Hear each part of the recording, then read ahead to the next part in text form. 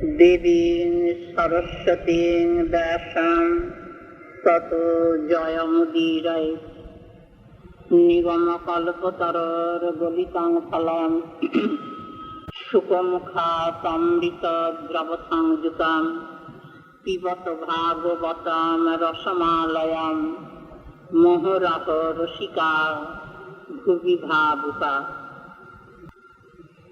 শ্রী গুরুপাদ পদ্মের করুণায়, গৌর ভক্তবৃন্দের করুণায়, সর্বোপরি আমাদের মা জননীর করুণায় আমাদের কথা প্রসঙ্গ রয়েছেন সাধ্য সাধন তত্ত্ব। সাধন এবং সাধ্য, যাকে পেতে হবে তার নাম সাধ্য, যা দিয়ে পেতে হবে তার নাম সাধন। এখানে সাধ্য বস্তু আমরা দেখলাম, তারই নাম তত্ত্ব, যেটি তিনটি নামকরণ হয়েছে সাধন ভেদে। ব্রহ্ম, পরমাত্মা, ভগবান ইতি শব্দতে, এই যে সুতমুনির বাক্য, তো সেখানে কিন্তু তত্ত্ব কথা বললেন যে তত্ত্ববস্তু একটি, যজ জ্ঞানম অদ্বয়ম। এখন সাধন ভেদে তিনটি নামকরণ কি বললেন? ব্রহ্ম, পরমাত্মা, ভগবান। তাহলে সাধ্যের স্তরে আমরা দেখলাম ভগবান সর্বোপরি, তাকেই পেতে হবে, তিনি তত্ত্ব।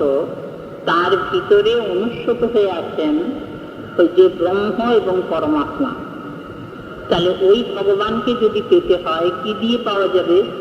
বলেন সাধন তো তিনটি তো সাধন আখ্যা পেয়েছে, তাহলে যে কোনোটি দিয়েই পাওয়া যাবে? বলেন না, তা পাওয়া যাবে না। জ্ঞান, যোগ, ভক্তি তিন সাধনের বসে ব্রহ্ম, পরমাত্মা, ভগবান ত্রিবিধ প্রকাশে। এই যে কবিরাজ গোসাইপাদের বাক্য, এটিকে যথাক্রমে নিতে হবে। যথাক্রমে মানে ব্রহ্মানুভূতি লাভ হবে জ্ঞান সাধনে, পরমাত্মা সাক্ষাৎকার হবে যোগ সাধনে, আর ভগবানকে জানা যাবে, আস্বাদন করা যাবে ভক্তি সাধনে। তা আমরা মনে করবো যে সাধ্য বস্তু তো সাধন দিলেই তো পাওয়া যাবে, সাধনকে অবলম্বন করলেই তো পাওয়া যাবে। তাহলে তিনটি তো সাধন, জ্ঞান সাধন, যোগ সাধন, আর ভক্তি তো সাধন বটে। তাহলে জ্ঞান দিয়ে সাধ্য বস্তু ভগবানকে পাওয়া যাবে না কেন? বলে পাওয়া যাবে না, জ্ঞানের সে ক্ষমতা নেই। জ্ঞান অংশ তো পাইয়ে দিতে পারে, কারণ সকলের বুদ্ধি তো সমান নয়। এ জগতে যেমন দেখা যায় না, প্রাকৃত জগতেও দেখা যায়, কারণ বৃত্তিটা তো অপ্রাকৃত বস্তু। প্রাকৃত বস্তুর তো কোনো বৃত্তি নেই, মানে প্রাকৃত বস্তু কোনো বৃত্তি নিয়ে কাজ করতে পারে না, তার নিজস্ব কোনো বৃত্তি নেই, সে ওই অপ্রাকৃত বস্তুর বৃত্তিটা নেয়। তা সেই রকম এখানে মানুষের যে বুদ্ধি, মানে প্রাকৃত বুদ্ধি, ওটা কিরকম করে আসবে বলেন? অপ্রাকৃত থেকে। তাহলে অপ্রাকৃত বস্তুতে সাধনে দেখা যাচ্ছে যে জ্ঞান সাধন হয়তো কেউ নিল, ভক্তি নিতে পারছে না, যোগ সাধনকে অবলম্বন করলো, ভক্তির পথে যেতে পারছে না। আর যারা ভক্তির পথে গেছে বলেন যে তাদের আর আলাদা করে জ্ঞান যোগের পথে যেতে হবে না, সেখানেই সব পাওয়া হয়ে গেল।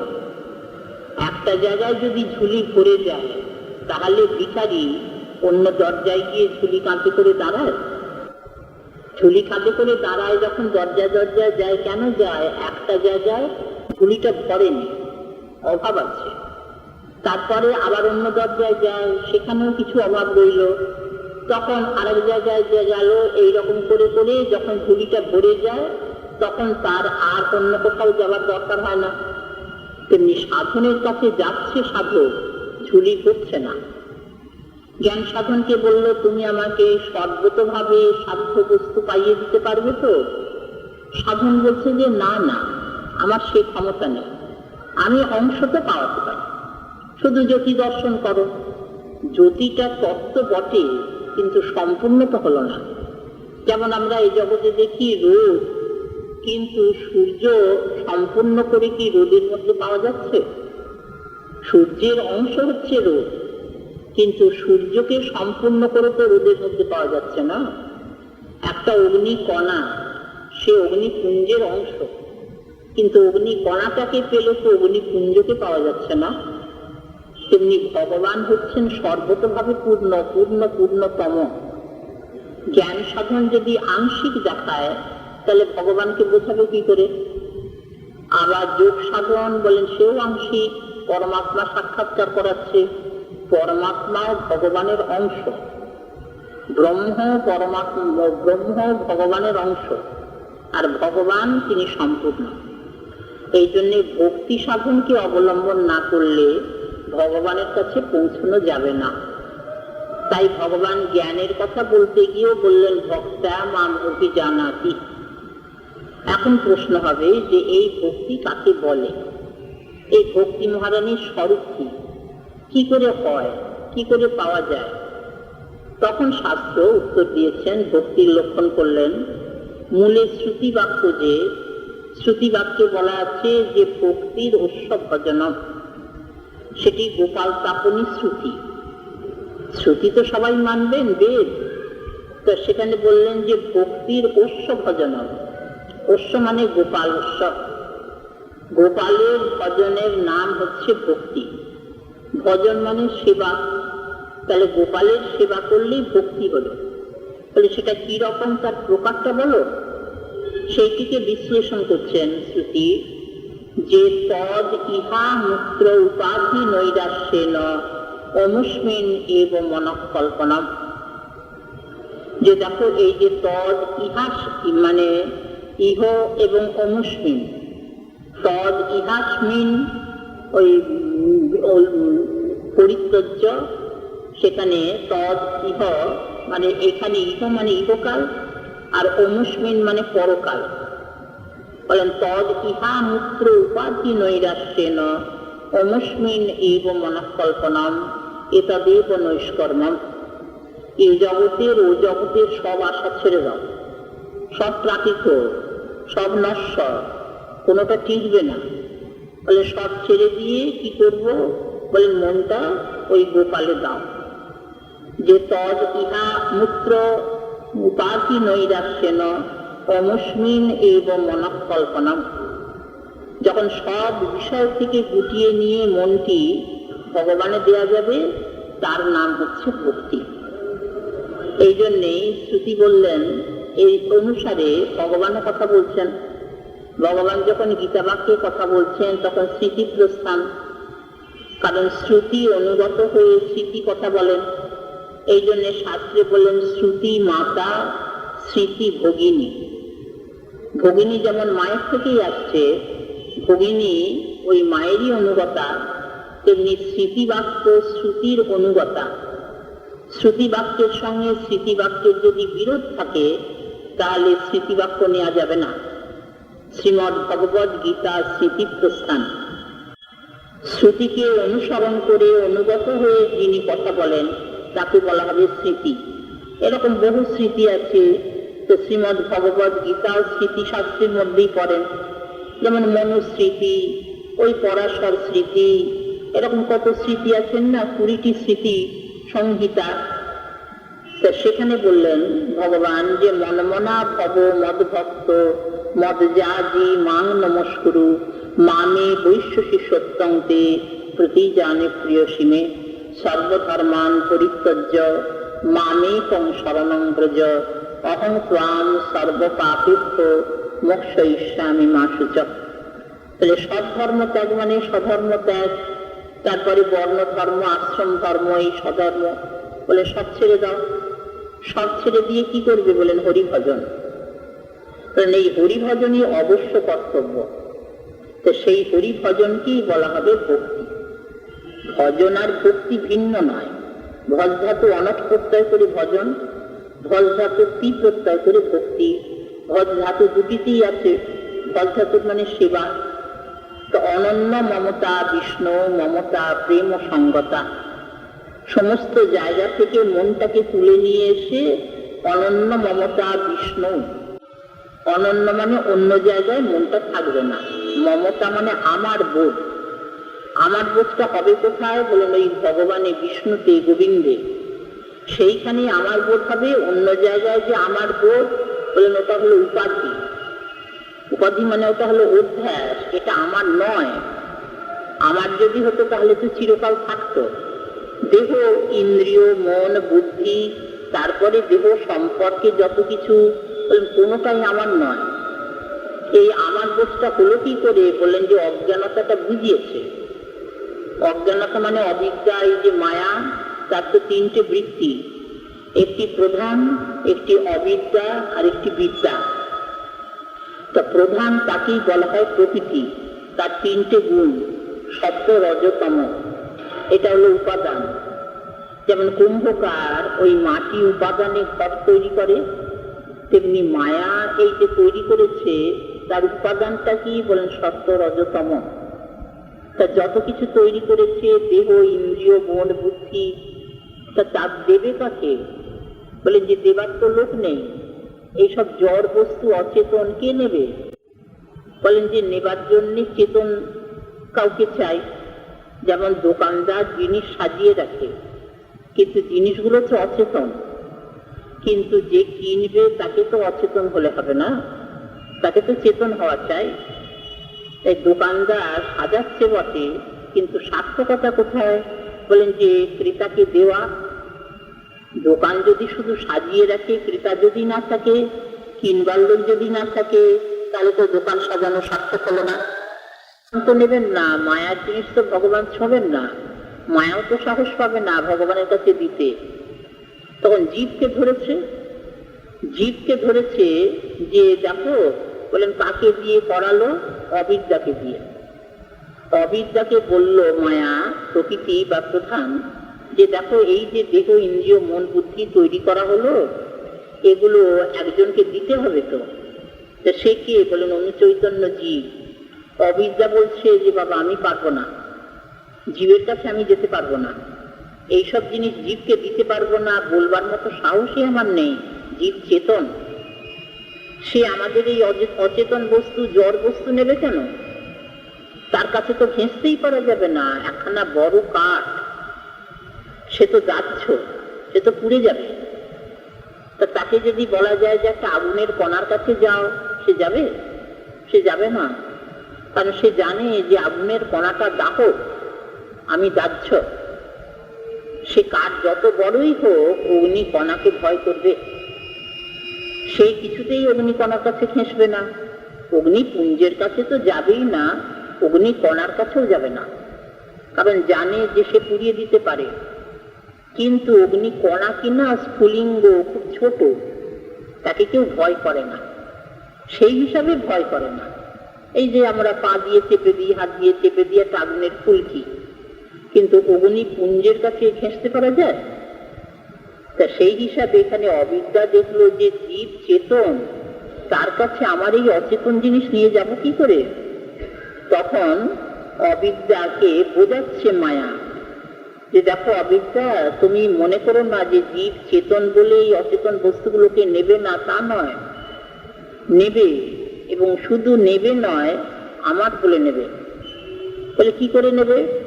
বলেন সে নিজেকে যে ভুলে গেছে, নিজেকে ভুলে গেলে পরে তার একটা দুর্বলতা, ভিতরে কোনো তার সার অংশ নেই, দেখতেই চেতন, কিন্তু তার স্বরূপটাও ভুল হয়ে গেছে।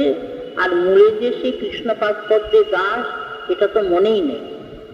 বলে কবে থেকে মনে নেই? বলেন অনাদিকাল থেকে। যেদিন থেকে জীবের প্রকাশ, সেই দিন থেকেই সে ভুলে বসে আছে। তারপরে যে নিজের স্বরূপজ্ঞানটা ছিল সেটা বজায় থাকলো, এই মায়ার জিনিস নিত না, কিন্তু সেটাও ভুলে গেছে, সেটাও মায়াই ভুলিয়েছে, যার নাম যোগীন্দ্র দিয়েছেন অস্মৃতি। অস্মৃতিটা দিল কি করে? অবিদ্যা মানে মায়া। বলেন যে এই অপরাধের ফলে। অপরাধটা কি জীবের? যোগীন্দ্র বললেন ঈশা তপে তস্য, এইটাই জীবের অপরাধ। ঈশা তপে তস্য, ঈশা মানে পরমেশ্বর, তার কাছে অপেত মানে বিযুক্ত হয়ে গেছে, সরে এসেছে, ভগবানের সঙ্গে আর কোনো সম্পর্কই নেই। পরমেশ্বরের কাছে আর মনেই পড়ে না পরমেশ্বরের কথা, সেখান থেকে বিযুক্ত। এইটাই জীবের অপরাধ শুধু নয়, এটা দুর্বলতা। এই দুর্বলতার সুযোগ নিয়েছে মায়া। তাই অবিদ্যাকে বোঝাচ্ছে যে দেখো অবিদ্যা, জীবের মনে নেই, জীব গোবিন্দ পাদ পদ্মে দাস এই মনে করে তো তুমি তার কাছে ঘেঁচতে পারছো না, সেটা তো তার মনেই নেই। নিজের স্বরূপগানটা ছিল, নিজের মনে ছিল যে আমি চিৎ স্বরূপ, স্বরূপ আমি আনন্দ স্বরূপ, আমি শুদ্ধ বুদ্ধ মুক্ত, আমি অচেতন নই, আমি জড় নই, কিন্তু সেটাও ভুলে গেছে। সেটা আমি ভুলিয়েছি, অস্মৃতি। বলেন অস্মৃতিটাকে ভোলালো কি করে মায়া? বলেন ওই সাত অপেতস্য, ওই সূত্র ধরে। অপরাধ করলেই দণ্ড পেতে হবে, তা তুমি যাও, কোনো অসুবিধা হবে না। ওই জীবকে খুব ভালো করে এই জিনিসগুলো দিতে পারবে। তখন অবিদ্যা গেল, গিয়ে বোঝালো, অনেক বোঝাচ্ছে যে তোমার এই দেহ ইন্দ্রিয় মন বুদ্ধি পেলে তুমি জগৎটা খুব ভালো করে ভোগ করতে পারবে। এখানে পঞ্চ বিষয় আছে, পঞ্চ মহাভূত আছে, ক্ষিতি অতেজ মরুদ্গম, এই দিয়ে শরীরটা গড়া পঞ্চ মহাভূত, যে জন্যে দেহটাকে বলা হয় পাঞ্চ ভৌতিক। এবং দেহটা যখন চলে যায়, মানে লীন হয়ে যায়, তখন বলা হয় না যে পঞ্চত্ব প্রাপ্ত হলো। পঞ্চত্ব প্রাপ্ত হলো, পঞ্চত্ব মানে ওই যে ক্ষিতি অংশে ক্ষিতি মিশে গেল, মাটিতে মাটিটা মিশে গেল, জলে জল মিশে গেল, অগ্নিতে অগ্নি মিশে গেল, বায়ুতে বায়ু অংশ মিশে গেল, আকাশে আকাশ অংশ মিশে গেল, এই জন্যই পঞ্চত্ব প্রাপ্ত হলো। তাহলে এখানে তুমি দিয়ে দাও, বুঝিয়ে ভালো করে ভুলিয়ে দাও, দিয়ে মনে করিয়ে দাও যে দেহটাই তুমি, এই দেহটাই তুমি, আর দৈহিক বস্তু যে তোমার, এই বোধটা করিয়ে দাও। এটা আসলে বোধ নয় জীবের, অহংকার আর মমকার এটা জীবের নয়, এটা বুঝিয়েছে মায়া। মায়ার মানে ওই অবিদ্যা, এর নাম অধ্যাস। এই অধ্যাসটা ঘটিয়েছে, বলেন যে দেহের ধর্ম আত্মাকে দিয়ে দিল। দেহের ধর্ম কখনো আত্মাতে হয়? দেহটা অচেতন আর আত্মা চেতন, অচেতনের ধর্ম চেতনে যাবে কি করে? কিন্তু এটা মানে ভুলিয়েছে কখন থেকে? বলে নিত্যকাল, যখন থেকে জীবের প্রকাশ তখন থেকে। এই জন্যে জীবের স্বরূপেতে বন্ধন নেই, স্বরূপেতে সে মুক্ত, কিন্তু ভাবনাতে বলে বন্ধন। সবসময় মনে হচ্ছে দেহটাই তো আমি, দৈহিক বস্তুই তো আমার, এটা ভাবনাতে, এটা স্বরূপে নয়। বলেন এটা এরকম কোন দৃষ্টান্ত আছে? বলেন হ্যাঁ, যতক্ষণ মানুষ স্বপ্ন দেখে ততক্ষণ মনে হয় এটা স্বপ্ন, তখন তো মনে হয় ওই জাগ্রত অবস্থার মতোই। তাহলে স্বপ্নটা যে স্বপ্ন, এটা যে মিথ্যা, এটা যে কিছু নয়, এটা বুঝবে কখন? যখন ঘুমটা ভেঙে যাবে। ঘুমটা যখন ভেঙে যাবে, যখন স্বপ্নটা আর দেখবে না, তখন বুঝবে যে ও স্বপ্নে যা দেখছিলাম ওটা তো সত্যি নয়। কিন্তু ঘুমটা ভাঙা চাই তো। ঘুম মানে এই অবিদ্যা, অবিদ্যাটা যখন সরে যাবে তখন আর দেহটাকে আমি বলে মনে করবে না, তখন আর আমি বলে মনে করবে না, তখন আমি হচ্ছে সেই চিদানন্দ স্বরূপ, আমি নিত্য কৃষ্ণ দাস, সেই বোধ। তবে ওই অবিদ্যাটা সরে যাওয়া চাই। তো অবিদ্যা সরে যাওয়ার উপায়টা কি? বলেন ভগবানকে জানা, এইটাই জানা। আলো জ্বাললে তবে অন্ধকার যাবে। ঘুমটা ভাঙলে যেমন স্বপ্নটা ভেঙে যায়, তখন যেমন আর স্বপ্নের বোধ হয় না, কিন্তু যতক্ষণ স্বপ্ন দেখছে ততক্ষণ স্বপ্ন বলে মনে হয় না, তখন মনে হয় এইটাই সত্যি। তা সেই জন্য অবিদ্যা গুছিয়ে দিয়ে জীবকে বুঝিয়েছে জীবের আসলে বন্ধন নেই। এই জন্যই ওই যে উদ্ধবজির কাছে ভগবান বলেছেন না যে উদ্ধব, জীব নিত্য মুক্ত, নিত্যবদ্ধ। উদ্ধবজি বুঝতে পারছেন না, বলছেন যে সখে একই মানুষ নিত্যবদ্ধ নিত্য মুক্ত হয় কি করে? বলেন যতক্ষণ তার অবিদ্যা আছে ততক্ষণ সে বন্ধনে আছে, ভাবনাতে। যেই অবিদ্যাটা সরে গেল সে মুক্ত। মুক্ত তো স্বরূপে, ভাবনাতে সে বদ্ধ হয়ে রয়েছে। তাই এখানে ওই যে জ্ঞান যতক্ষণ হবে, বলে তাহলে তো এই যে ভক্তির মধ্যে জ্ঞান রইল, জ্ঞানকে বাদ দেবার কথা বলছেন। বলেন যে জ্ঞান যোগ ভক্তি তিন সাধনের বসে ব্রহ্ম পরমাত্মা ভগবান বিধ প্রকাশে। সেই যে মহাপ্রভুর সঙ্গে যখন রামানন্দ রায়ের কথোপকথন, তখনও বললেন না যে জ্ঞান মিশ্রা ভক্তি সর্বসাধ্য সার। ভক্তিতে ভগবানকে পাওয়া যাবে, কিন্তু তার সঙ্গে একটু জ্ঞান মেশাও। মহাপ্রভু তাকে কিন্তু বললেন এহ বাচ্চ, জ্ঞান মিশ্রা ভক্তি সর্বসাধ্য সার। তাহলে জ্ঞান যোগ ভক্তি বলে, তাহলে ভক্তির মধ্যে যে জ্ঞান আর যোগ আছে বলা হলো, কারণ যেমন ভগবানের মধ্যে ব্রহ্ম পরমাত্মা আছেন, তেমনি যে ভক্তি দিয়ে ভগবানকে জানা যাবে তার মধ্যে জ্ঞান আর যোগ আছে। বলেন এই জ্ঞান যোগ, এই যে ভক্তি মার্গের জ্ঞান যোগ, এটি ওই যে অদ্বৈত বেদান্তি মার্গের যে জ্ঞান যোগ, সে জ্ঞান যোগ নয়, ওইটিকে বাদ দেবার কথা আছে, ওইটিকে বলেছেন কণ্টক। জ্ঞান মিশ্রা ভক্তিকে তাহলে মহাপ্রভু ওই এহ বাচ্য বলবেন কেন? জ্ঞানী যদি ভক্তির মধ্যে থাকে এবং তাই দিয়ে ভগবানকে জানা যায়, জ্ঞানের পরিপাক দশার নাম ভক্তি আমরা শুনলাম, তাহলে পরে ওই জ্ঞানকে বাদ দেবার কথা বলা হচ্ছে কেন? তাকে বাচ্য বললেন কেন মহাপ্রভু? বলেন এই দুয়ে জ্ঞানের মধ্যে তফাৎ আছে। যে জ্ঞানকে ভক্তি থেকে বাদ দেবার কথা আছে সে জ্ঞান ভগবৎ জ্ঞান নয়। সেটি কি? বলেন যে ওই অদ্বৈত ব্রহ্মের জ্ঞান, আমি ব্রহ্ম, আমি ব্রহ্ম, অহং ব্রহ্মাস্মি, এটাও তো জ্ঞান। সেই জ্ঞানকে বাদ দেবার কথা বলা আছে ভক্তি থেকে। সেটি যদি ভক্তির সঙ্গে মেশানো যায় তাহলে পরে ওটা কণ্টক, ওটা বাধা হয়ে গেল। সে ভক্তিতে ভগবানকে পাওয়া যাবে না। ভগবানকে পাওয়া যাবে কোন জ্ঞানে? বলেন ভগবৎ জ্ঞানে। ভগবৎ জ্ঞানে, এই জন্য জ্ঞানের চরমসীমা হরি। শ্রুতি বললেন যস্মিন বিজ্ঞাতে সর্বমিদং বিজ্ঞাতং স্যাৎ। মহাজন এইটিকেই অনুসরণ করে সহজ কথায় বললেন, হরি না জানিয়ে লাখ জানে যদি, সে জানা কেবল ছাই। তাহলে জানা মানে তো জ্ঞান, তাহলে হরি জানা, তাহলে এ জানাটা থাকবে, এই জ্ঞান ভক্তির মধ্যে থাকবে। যে ভক্তিতে জ্ঞান মানে হরি জ্ঞান থাকবে না, তা কি হয়? হরিকে না জানলে হরিকে ভালোবাসবে কি করে? জ্ঞান মানে জানা আর ভক্তি মানে ভালোবাসা। তাহলে হরিকে জানলো না, তাকে ভালোবাসবে কি করে? কাউকে না জানলে তাকে ভালোবাসা যায়? সে হরি জ্ঞান তো থাকবেই, সেই জ্ঞানই পরপর বাড়বে, সেই জ্ঞানই ক্রমশ ঘন হবে। ঘন করতে হবে না, যেমন দুধকে ঘন করা হয়। বলে যে দুধকে ঘন করার কি উপায়? বলে জল অংশটা বাদ দিতে হবে। দুধের মধ্যে তো জলীয় অংশ থাকে, অনেকটা জলের পরিমাণ থাকে। তো দুধ যখন গাঢ় করা হয় তখন কি করা যায়? যে জাল দেয়া হয়, জাল দিলে তখন জলটা মরে যায়, জলটা শুকিয়ে যায়। জলটা যত শুকবে দুধটা তত গাঢ় হবে। তেমনি এখানে ভক্তি গাঢ় হবে কখন? যখন জলীয় অংশটা বাদ দেবে। জলীয় অংশ কি? বলেন ভগবান ছাড়া সবই জল অংশ, নশ্বর। তাহলে সব কটাকে বাদ দাও।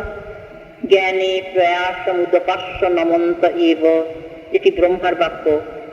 জ্ঞানে প্রয়াস উদপাস্য নমন্ত এব জীবন্তি সনমুখরিতাং ভবদীয় বার্তাং স্থানে স্থিতা শ্রুতিগতাং তনুবাং মনোপি যে প্রায়শ জিত জিত পোষিত শ্রীলক্ষণ।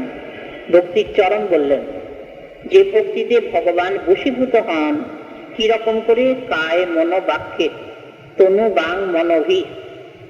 এ শুদ্ধা ভক্তি ছাড়া হবে না। শুদ্ধা ভক্তি দিয়ে ভগবানকে যে বশীভূত করা যায়, সে শুদ্ধা ভক্তির চেহারা কিরকম? বলেন যে তনু বাং মনোভি, শরীর দিয়ে বশীভূত করা, মন দিয়ে বশীভূত করা, বাক্য দিয়ে বশীভূত করা। এই যে ভক্তিকে ঘন করা হচ্ছে, জলীয় অংশ বাদ দেওয়া হচ্ছে। দুধ যখন ঘন ক্ষীর তখন তার মধ্যে একটুও জল নেই। তেমনি ভক্তি যখন অত্যন্ত গাঢ় শুদ্ধা, তার মধ্যে জল অংশটা নেই। জল অংশ কি? বলেন যে ধর্ম অর্থ কাম মোক্ষ পর্যন্ত। ধর্ম অর্থ কাম তো বটেই, মুক্তি পর্যন্ত। এই জন্যই আমরা প্রথমেই শুনে এসেছি প্রতিপাদ্য বস্তু শ্রীমদ্ ভাগবত শাস্ত্রের মুক্তি বাসনা নির্মুক্তা ভক্তি, যাকে আচার্য বেদব্যাস বললেন প্রজ্জিত কৈতব পরম ধর্ম। তাহলে সুতমুনি যখন ওই যে ভক্তির লক্ষণ করছেন, সবই পুংসাং পর ধর্ম যত ভক্তির অধঃসজে অহৈতুক প্রতিহতা বা অব্যবহিতা জয়াত্মা সুপ্রসিদ্ধতি।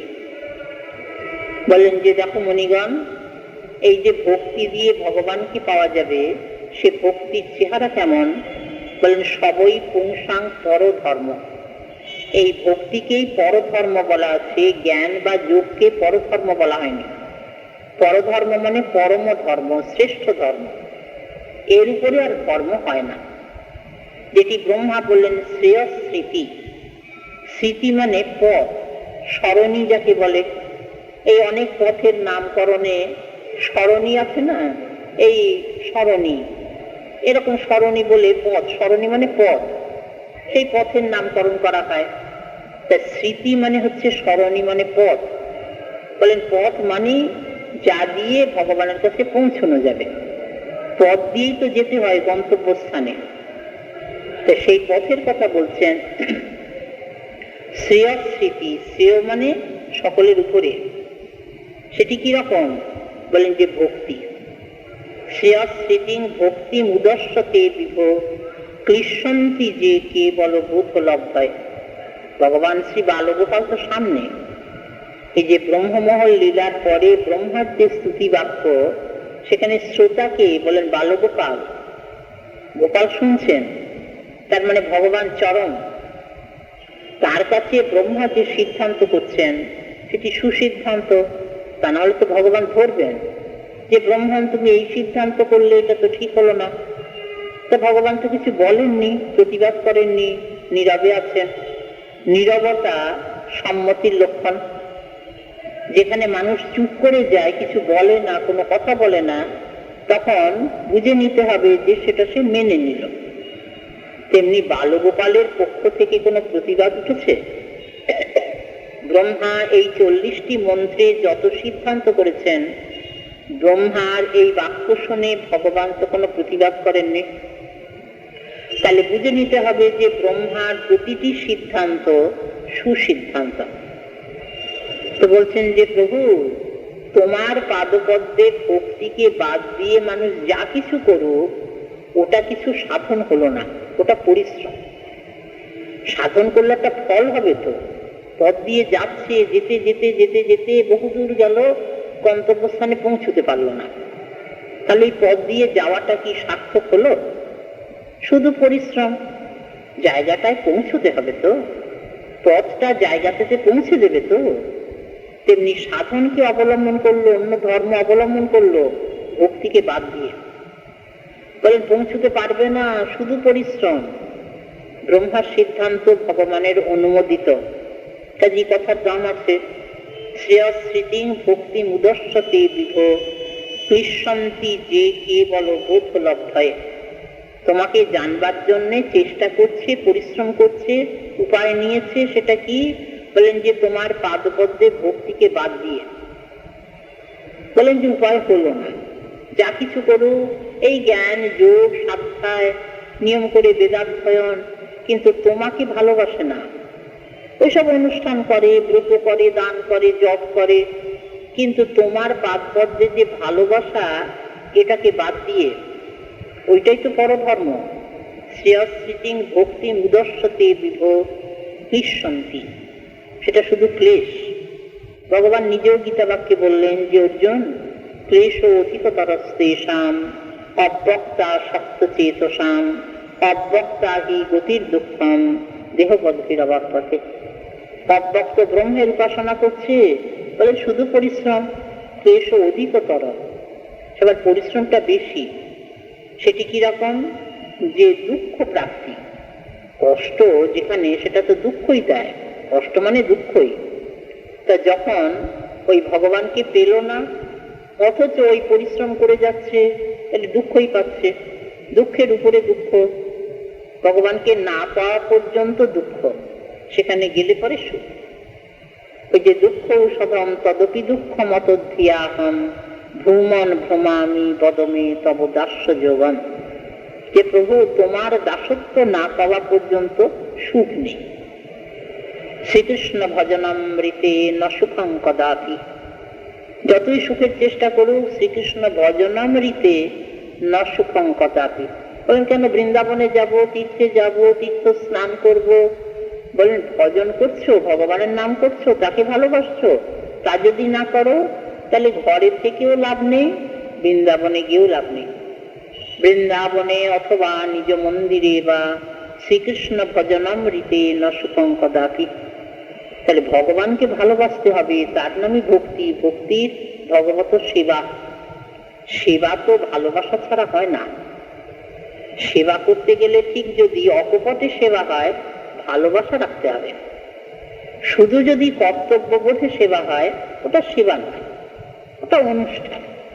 বাবা ভয়ে না করলে পরে হয়তো অসন্তুষ্ট, না করলে হয়তো কিরকম একটা ত্রুটি হলো, বলে তা নয়। ভালোবেসে সেবা করলে পরে সেবা না করে পারবে না। ভগবানকে যদি ভালোবাসে তাহলে পরে সে সেবা না করে পারবে না। তাহলে সেই সেবার নাম হচ্ছে ভক্তি।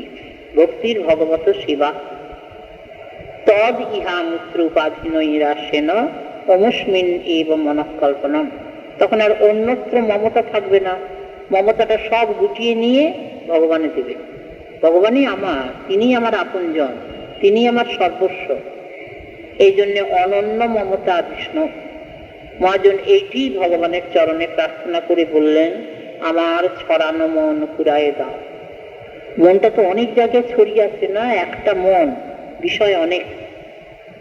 তো খুচরো খুচরো করে ওই টুকরো টুকরো করে মনকে কত জায়গায় দেয়া হয়েছে, বলে সব জায়গা থেকে মনটাকে আমার গুটিয়ে তোমার পাদপদ্মে দাও। ভগবান এইটি বললেন, সর্বধর্মান পরিত্যজ্য মাম একং শরণং ব্রজ। শুধু আমাকে দাও, তাহলে পরেই সব কাজ হয়ে যাবে। তাই এখানে ভক্তি ভগবত সেবা, ভগবানেতে অনন্য মমতা। তাই ব্রহ্মা বলছেন যে প্রভু জ্ঞানে প্রয়াস মুদপাস্য। সেই জ্ঞানের পথে ভক্ত যায় না। শ্রেয়স্মৃতি ভক্তি মুদস্যতে বিভোগ, দুটোই দেখিয়েছেন। শ্রেয়স্মৃতি ভক্তিকে বাদ দিয়ে যে অন্য কর্ম করে, বলে ওটা বৃথা পরিশ্রম। উপমা দিয়েছেন ব্রহ্মা, যেমন ধানের খোসার উপরে কেউ যদি পার দেয় ঢেঁকিতে, সে তো হাতে চাল পাবে না। সারাটা দিন ঢেঁকিতে পার দিয়েছে, সন্ধ্যাকালে ঢেঁকি থেকে নামলো, পায়ে ব্যথা হয়ে গেছে। ভেবেছিল দুটো চাল পাবো, তাহলে ব্যথাটা অত মনে হয় না। কিন্তু দেখলো হাতে পেলাম না চাল। কেন পেল না? বললেন যে তুষের উপরে পার দিয়েছে। ধানের উপরে পার দিতে হবে তো, যেখানে চালটা আছে।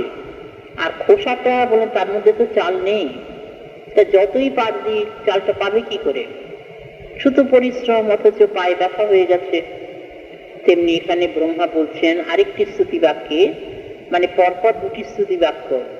জ্ঞানে প্রয়াস মুদপাস্য, এটি প্রথম ব্রহ্মস্তুতির তৃতীয় মন্ত্র। আর শ্রেয়স্মৃতি ভক্তি মুদস্যতে বিভোগ, এটি চতুর্থ মন্ত্র, এর ঠিক পরবর্তী বাক্য।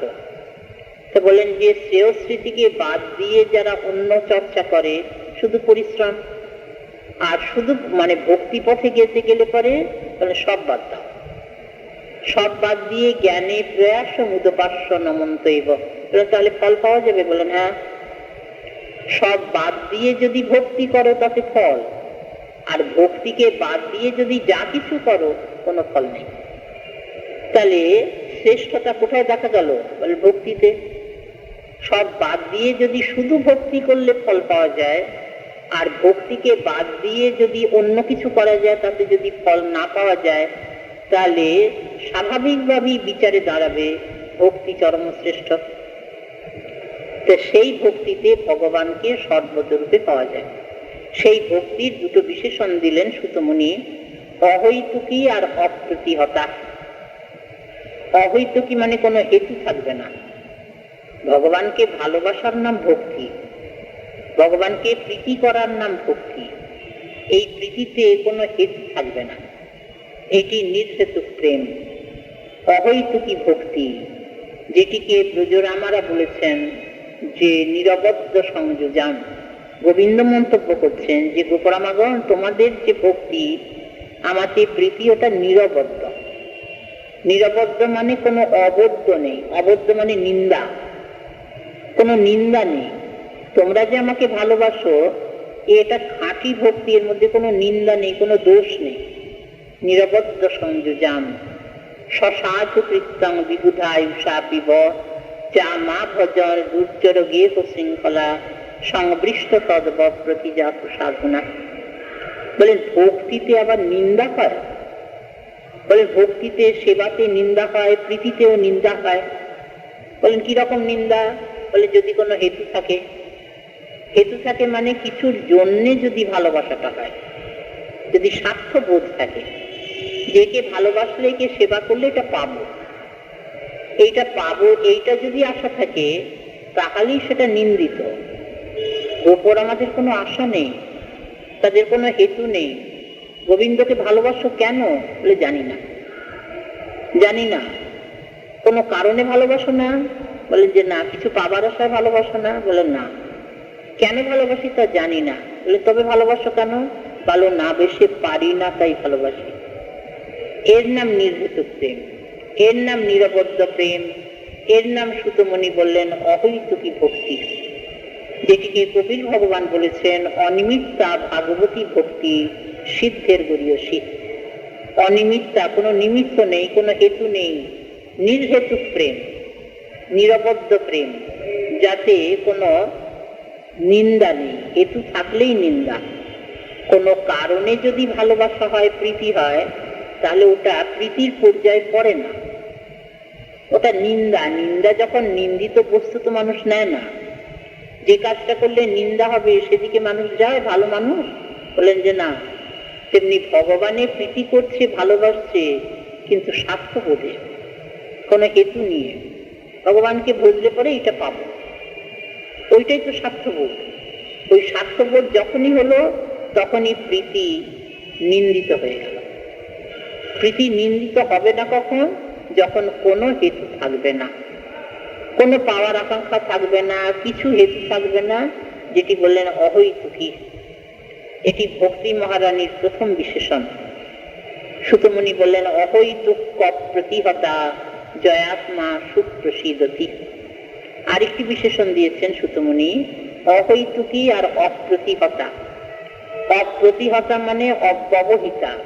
দুটি পাটি আছে, অপ্রতিহতা বা অব্যবহিতা। কোনো ব্যবধান দেখো না। বলে কিসের ব্যবধান? বলে আড়াল ব্যবধান থাকে না। এই যে যাত্রা অভিনয় সব হয়, এই জমিদার বাড়িতে, বড়লোকের বাড়িতে, একটা চিক পথ থেকে মেয়েরা যেখানে বসে সেখানে সামনে একটা পর্দা থাকে, সেটা বলে চিক। এমনি পর্দা থাকলে পরে দেখা যাবে না, সেটা ঢাকা পড়ে যাবে, কিন্তু চিকে ঢাকা পড়ে না। চিক মানে একটা কাঠের দিয়ে তৈরি, কাঠের এরকম দিয়ে, তার মধ্যে একটু ফাঁক ফাঁক থাকে। তা সেই ফাঁকের মধ্যে দিয়ে বাইরেটা দেখা যাচ্ছে, কিন্তু বাইরের লোক ভিতরটা দেখতে পায় না। এমন ঘন করে মানে সেটা গাঁথা, যে বাইরের লোক ভিতরে সেই ফাঁকের ভেতর দিয়ে দেখতে পায় না, কিন্তু ভিতরে যারা রয়েছে তারা বাইরেটা দেখতে পায় না। ওই চিকটা থাকে কেন? বলেন পর্দানুসীন, বাইরের মানে ভিতরের অন্তঃপুরবাসিনী, তারা বাইরে আসবে না, সেই জন্য একটা চিক থাকে। ওটা একটু আড়াল হয়ে গেল। সেখানে ভগবানকে যে ভালোবাসছো, একটা আড়ালে ভালোবাসবে। বলেন আড়ালটা কি? বলেন এই জ্ঞান যোগ এইসব করে তারপরে গোবিন্দ ভজ। বলেন ওটা আড়াল হয়ে গেল। অনেক সময় মনে হয় শুধু হরিনাম করব, শুধু গৌর গৌর বলবো, এর সঙ্গে একটু জ্ঞান চর্চা করি, একটু যোগ অভ্যাস করি। বললেন ওটা আড়াল হয়ে গেল। ভগবান সামনে, ভক্ত আর ভগবান, তার মাঝে কোনো ব্যবধান থাকবে না। সাক্ষাৎ সাক্ষাৎ গৌর বলো, সাক্ষাৎ গোবিন্দ বলো, হরি বলো। আবার জ্ঞান চর্চা, যোগ অভ্যাস এসব মেশাচ্ছ কেন? এই জন্যে অহৈতুক প্রতিহতা বা অব্যবহিতা, জ্ঞান কর্ম যোগ এসব বাদ দাও, দিয়ে শুধু প্রাণ ভরে গৌর বলো, প্রাণ ভরে হরি বলো। এর নাম হচ্ছে অপ্রতিহতা ভক্তি, অব্যবহিতা ভক্তি। বলেন এর নাম শুদ্ধা ভক্তি। এবং এই ভক্তিকে বলা হয়েছে পরম ধর্ম বা পরধর্ম। বলেন এইরকম লক্ষণ আর কেউ করেছেন? বলেন হ্যাঁ, ওই যে শ্রীরূপ গোস্বাইপাদের লক্ষণ করা আছে। শ্রীরূপ গোস্বাইপাদ ভক্তির রসামৃত সিন্ধু গ্রন্থে শুদ্ধা ভক্তির লক্ষণ করছেন। অন্যা বিলাসিতা শূন্যম জ্ঞান কর্মাদনাবৃতম আনুকূল্যেন কৃষ্ণানুশীলনম ভক্তির উত্তমা। এখানে উত্তমা ভক্তি নাম দিয়েছেন, যেটি সুতমুনি বললেন পরধর্ম। বলেন একই, পরধর্ম আর উত্তমা ভক্তি ভিন্ন নয়। উত্তমা ভক্তি মানে সকলের উপরে, তমক প্রত্যয় আছে উত্তম, তমক প্রত্যয়টা সর্বশেষ। এখানেও তো তাই বললেন পরধর্ম, পর মানে শ্রেষ্ঠ ধর্ম, যে ধর্মের উপরে আর ধর্ম হয় না। তো বলেন যে অহৈতুকী অব্যবহিতা দুটি বিশেষণ সুতমুনির। রূপ গোস্বাইপাদ দুটি লক্ষণকে বজায় রাখলেন, তাহলে দুটি বজায় রেখেছেন। উত্তমা ভক্তি আর পরধর্ম যদি একই হয় তাহলে বিশেষণ একই হবে। সেই বিশেষণ হিসাবে অহৈতুকী ভক্তি আর অন্যাভিলাষিতা শূন্যম একই অর্থ। অহৈতুকী মানে কোনো হেতু থাকবে না, হেতু মানেই অভিলাষ বাসনা, এর নামই হেতু, এই কারণে ভালোবাসা। তো রূপ গোস্বাইপাদ তো তাই বললেন যে অন্যাভিলাষিতা শূন্যম। এই যে উত্তমা ভক্তি, তার লক্ষণ কি জানো? কোনো অভিলাষ থাকবে না, কোনো কারণ থাকবে না, কোনো বাসনা থাকবে না। অভিলাষ মানে বাসনা, বাসনাটাই তো হেতু। এই কারণে আমি ভগবানকে ভালোবাসছি, এটা পাবো ওটা পাবো। বলেন যে না, অন্য কোনো অভিলাষ থাকবে না, অন্যাভিলাষিতা শূন্যম। আরেকটি বিশেষণ দিয়েছেন সুতমুনি অব্যবহিতা বা অপ্রতিহতা। বলেন উত্তমা ভক্তির লক্ষণে শ্রী রূপ গোস্বাইপাদ সেই উদাহরণটি দিলেন, সেই লক্ষণ বললেন। সেটি কি? বলেন জ্ঞান কর্মা দনাবৃতম, জ্ঞান কর্মের আড়াল দেখো না। জ্ঞান কর্ম এটার আড়াল দেখো না। বলেন তাহলে জ্ঞানকে তো বাদ দেবার কথাই বলছেন। এই জ্ঞানের নাম হচ্ছে নির্ভেদ ব্রহ্মজ্ঞান। এই জ্ঞান হরিজ্ঞান নয়, ভগবত জ্ঞান নয়। এটা অনেক সময় মনে হয় যে জ্ঞানকে তো বাদ দেবার কথা আছে, তাহলে হরিজ্ঞানও বাদ যাবে। বলে না না, ভগবত জ্ঞান তো থাকবে। তবে এ কোন জ্ঞান? এটি নির্ভেদ ব্রহ্মজ্ঞান, যেটি ব্রহ্মার বাক্যে আমরা শুনলাম জ্ঞানে প্রয়াসম উদপাস্য নমন্ত এব। জ্ঞানের পথেও ভক্ত যায় না। কোন জ্ঞান সেটি? ভগবত জ্ঞান? বলে না, ভগবত জ্ঞান তো থাকবে। এটি হচ্ছে আমি ব্রহ্ম, এই জ্ঞান, যেটি ওই যে অদ্বৈত বেদান্তি যারা, তাদের যে জ্ঞান, সেটি আমি ব্রহ্ম। এই সিদ্ধি লাভে জ্ঞান চর্চায় তারা মনে করে আমি ব্রহ্ম, আমি ব্রহ্ম, অহং ব্রহ্মাস্মি প্রজ্ঞানং ব্রহ্ম অয়মাত্মা ব্রহ্ম তত্ত্বমসি। তুমি ব্রহ্ম, তত্তম, তৎ মানে ব্রহ্ম, তম মানে জীব, অসি তুমি সেই ব্রহ্ম। বলেন এর নাম হচ্ছে নির্ভেদ ব্রহ্মজ্ঞান। বলেন এটাকে বাদ দাও। এই জ্ঞানকে বাদ দিয়ে শুদ্ধা ভক্তি, যেটি ব্রহ্মার বাক্যে আমরা শুনলাম জ্ঞানে প্রয়াসম উদপাস্য। সুতমুনি বললেন যে ওই যে অপ্রতিহতা, প্রতিহতা মানে এই যে আড়াল থাকবে না, অব্যবহিতা কোনো ব্যবধান থাকবে না, সেইটি শ্রী রূপ গোস্বাইপাদ বলছেন জ্ঞান কর্মা দনাবৃতম, জ্ঞান কর্মের আড়াল দেখো না। তাহলে শ্রী রূপ গোস্বাইপাদের বাক্য, ব্রহ্মার বাক্য, সুতমুনির বাক্য সব এক সুরে গাঁথা। দুটি যে বিশেষণ, অহৈতুকী কোনো অভিলাষ থাকবে না, কোনো বাসনা কামনা থাকবে না, আর জ্ঞান কর্মের আড়াল থাকবে না, তবে এই ছেঁকে নিয়ে ভক্তি হলো। সেই ভক্তি উত্তমা ভক্তি। শ্রী রূপ গোস্বাইপাদের নামকরণ, সুতমুনির নামকরণ পরধর্ম।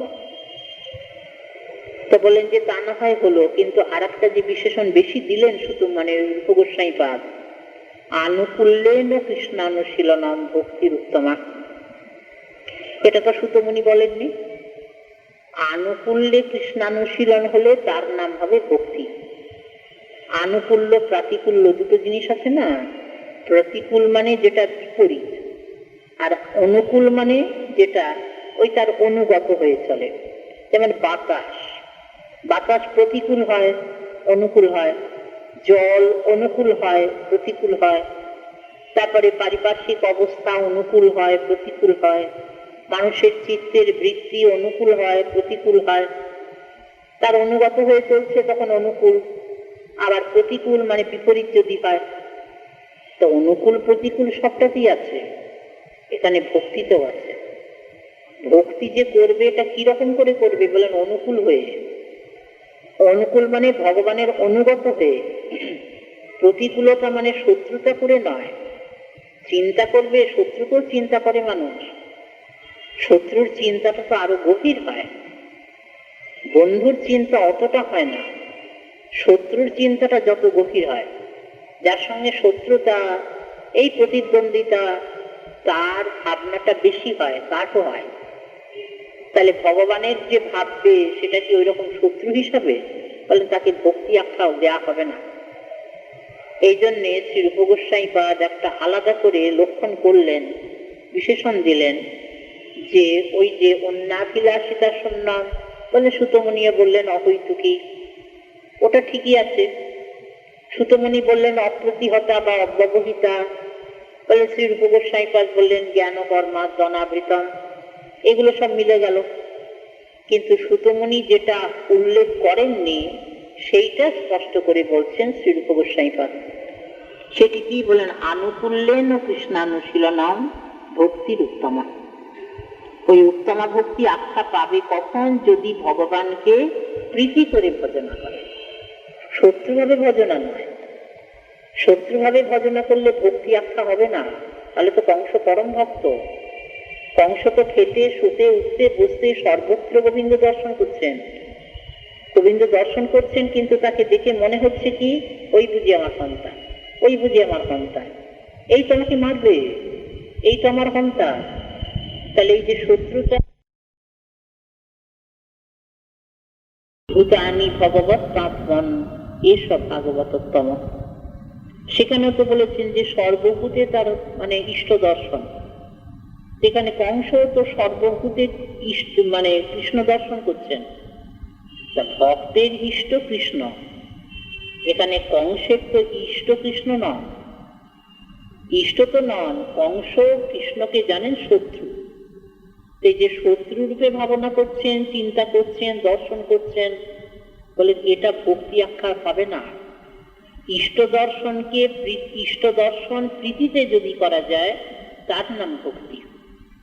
সেইটি শ্রী রূপ গোস্বামীপাদ আরো স্পষ্ট করে বললেন যে আনুকূল্যেন কৃষ্ণানুশীলনম ভক্তির উত্তমা। তাহলে সুতমনি বললেন না কেন? সুতমনি যখন মুনি সমাজে কথা কইছেন তখন তার বুদ্ধি অন্যরকম।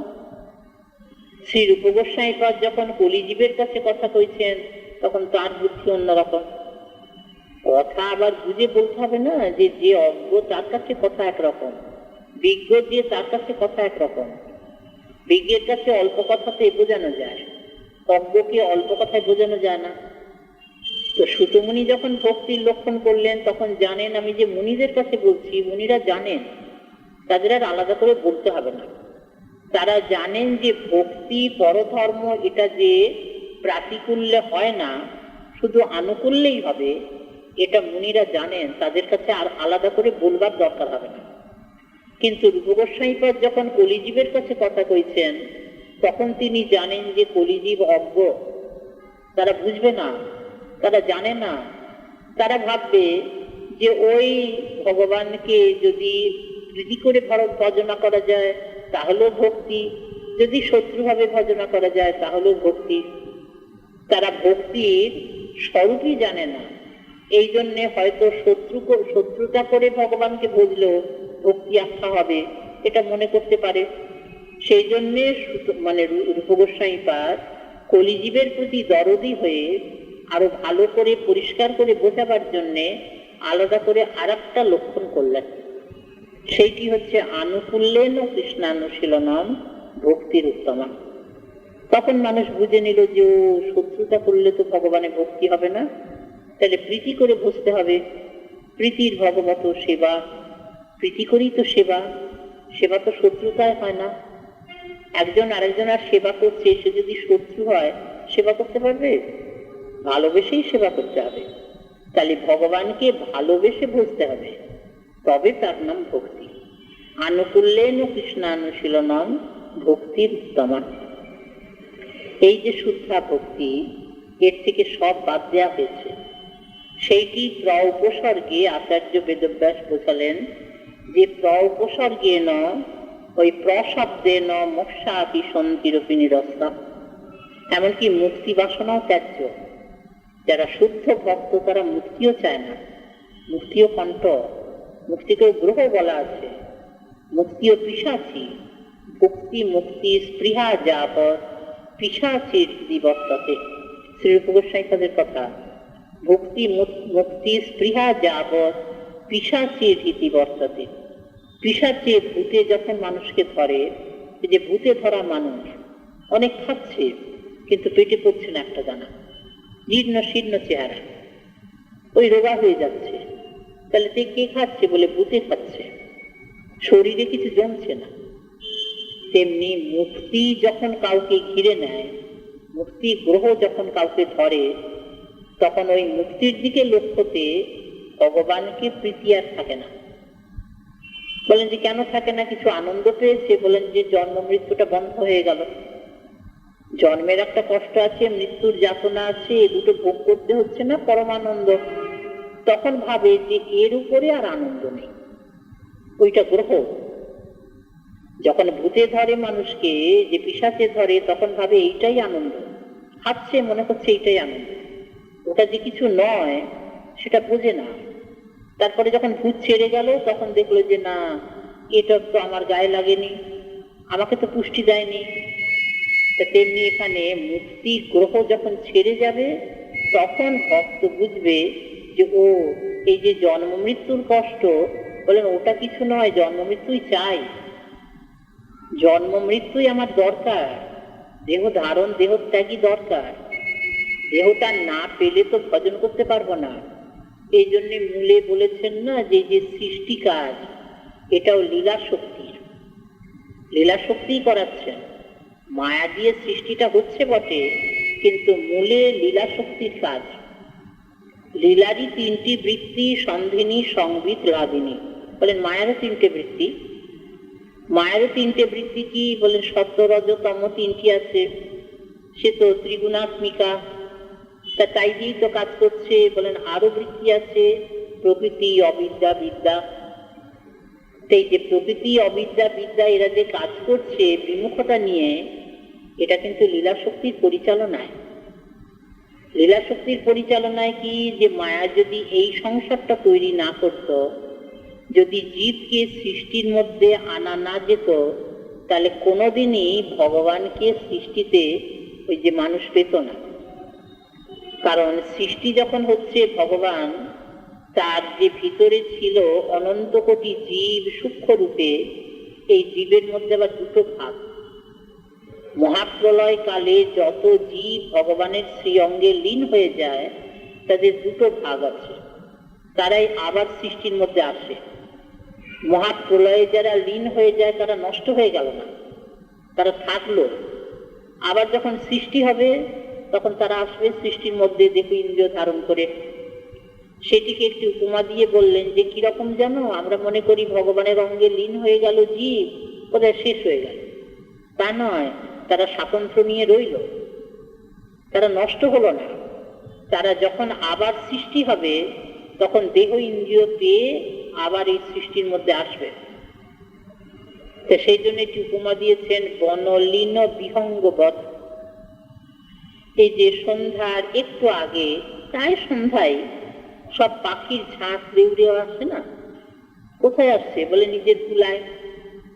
পাখির বাসাকে কুলা বলা হয়, কুলায়।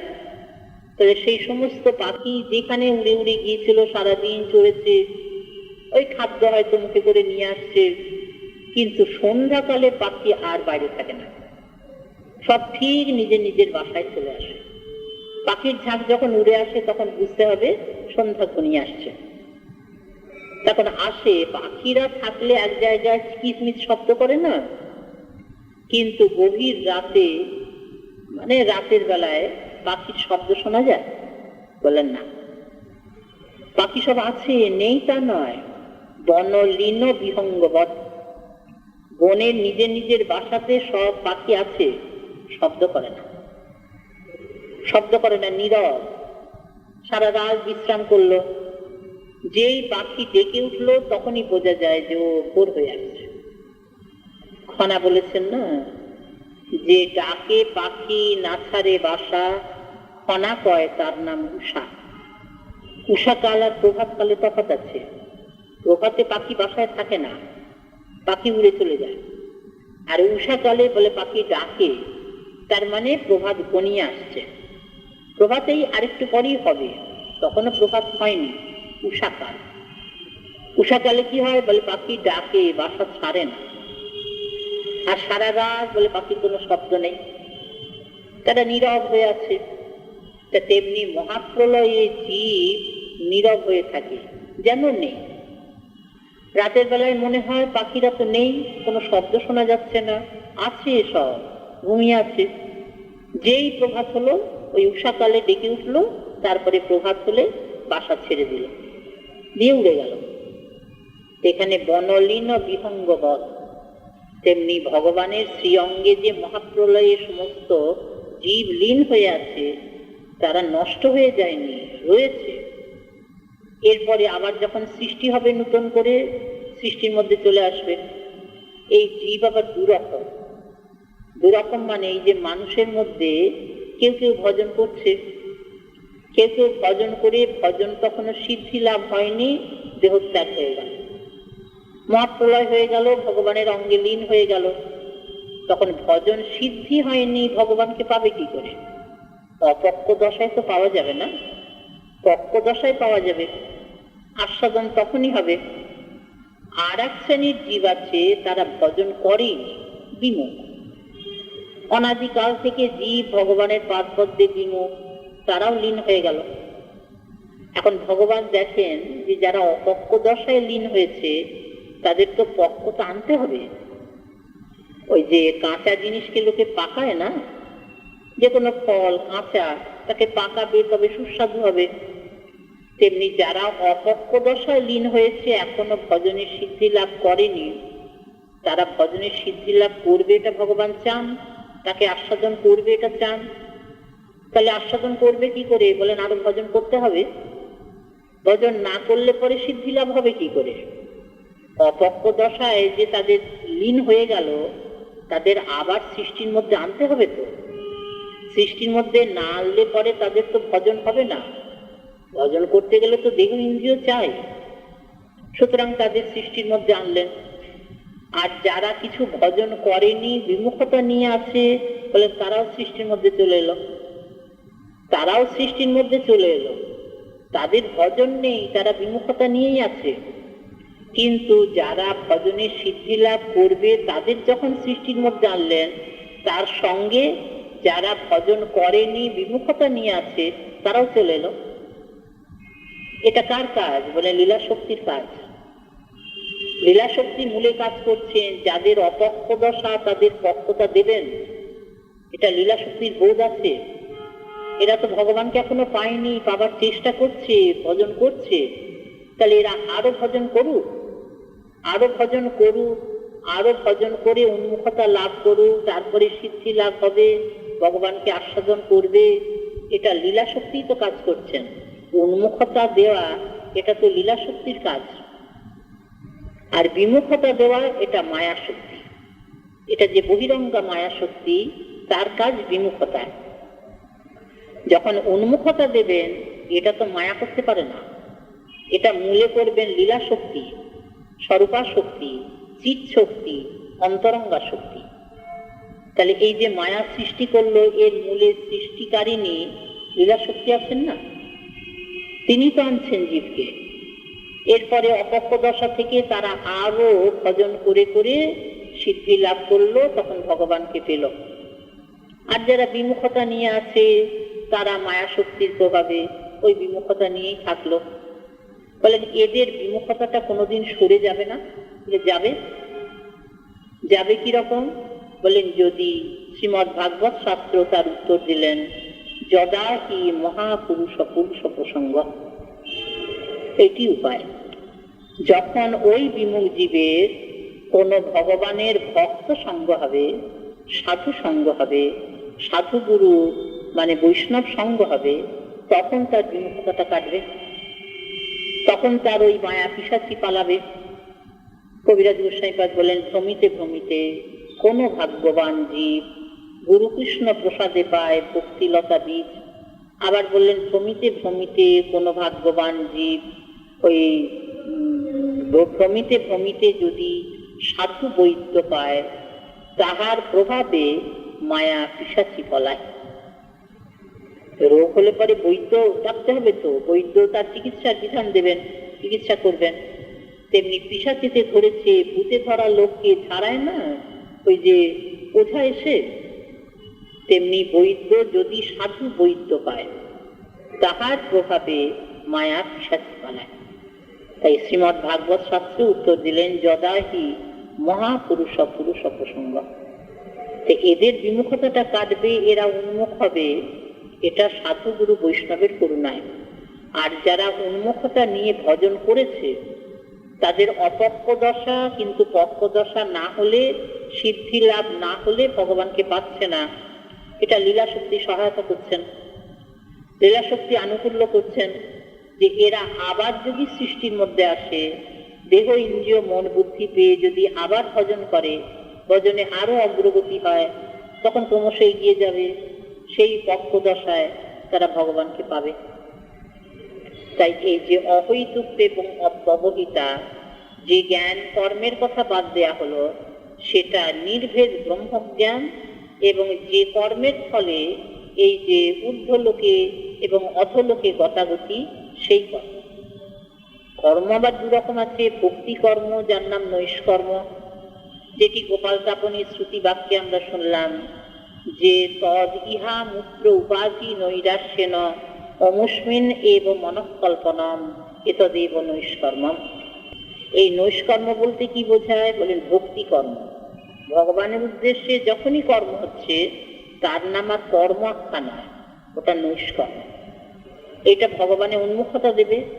আর যে কর্মে ভগবানেতে বিমুখতা নিয়ে কর্ম করছে, ভগবানের সম্পর্ক না নিয়ে কর্ম করছে, তার ফলে গতাগতি, তার ফলে বন্ধন। সেটা ভগবানের উন্মুখতা দিল না, ভগবানের সম্পর্ক বাদ দিয়ে যে কর্ম, সেই কর্ম কর্ম আখ্যা হয়েছে, সেটার ফলে বন্ধন, সেটার ফলে গতাগতি। ঊর্ধ্বলোকে যাচ্ছে একবার, আবার অধোলোকে যাচ্ছে, ওটা তো দণ্ড। প্রভু স্বর্গে উঠায়, প্রভু নরকে ডুবায়, দণ্ড জনে রাজা যেন নদীতে চুবায়। তো এই যে দুটি লক্ষণ শ্রীরূপ গোস্বামী পাদের এবং সুতমুনির, একটি বেশি বলা হলো কেন, আনুকূল্যেন কৃষ্ণানুশীলনম, বলেন এটি ভগবানেতে উন্মুখতা এবং আনুকূল্যতে যে কৃষ্ণ ভজন, এর নাম যে শুদ্ধা ভক্তি, এটা কলিজীব বোঝে। সেটা লক্ষণ শুনলে বুঝবে, তা না হলে সুতমনির লক্ষণ শুনলে পরে আনুকূল্যে ভগবানকে ভালোবাসতে হবে, মানে ভজন করতে হবে, এটা বুঝতে পারবে না। তাই শ্রীরূপ গোস্বামী পাদের যে লক্ষণ আরো পরিষ্কার, সুতমনির যে লক্ষণ একটু অস্পষ্ট আছে। তবে মুনি সমাজের কথা তো, মুনিরা অস্পষ্ট কথা বুঝে নেন, যেটা অজ্ঞজীব বোঝে না।